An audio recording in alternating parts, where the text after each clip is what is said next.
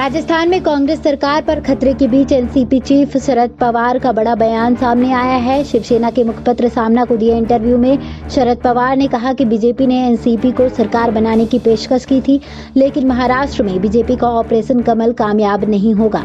NCP supremo Sharad Pawar ने कहा कि महाराष्ट्र में ऑपरेशन लोटस सफल नहीं होगा और ठाकरे सरकार 5 साल का कार्यकाल पूरा करेगी।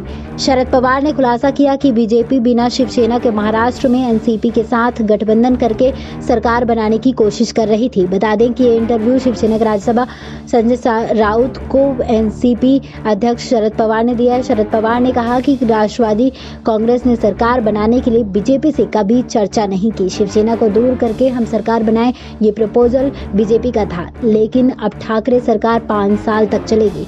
पवार ने कहा कि विरोधी विचारों की सरकारें अस्थिर करना सत्ता का दुरुपयोग है। ऑपरेशन लोटस उसी का हिस्सा है, लेकिन महाराष्ट्र में ये नहीं चलेगा। शरद पवार ने आगे कहा कि महाराष्ट्र में 3 दलों की सरकार है और तीनों में संवाद जारी रहना महत्वपूर्ण है। मुख्यमंत्री उद्धव ठाकरे ने सहयोगियों से बातचीत जारी रखी तो कोई भी ऑपरेशन फेल साबित होगा। एनसीपी चीफ शरद पवार ने देवेंद्र फडणवीस के सभी आरोपों को सिरे से खारिज कर दिया। उन्होंने कहा कि बीजेपी के साथ सरकार बनाने के लिए हमने कभी भी चर्चा नहीं की। ये प्रपोजल लेकर बीजेपी के नेता ही कई बार चर्चा के लिए आए थे। बता दें कि यह इंटरव्यू शिवसेना ने संजय राउत को एनसीपी अध्यक्ष शरद पवार ने दिया था। SPN 9 न्यूज रूम से श्रुति की रिपोर्ट।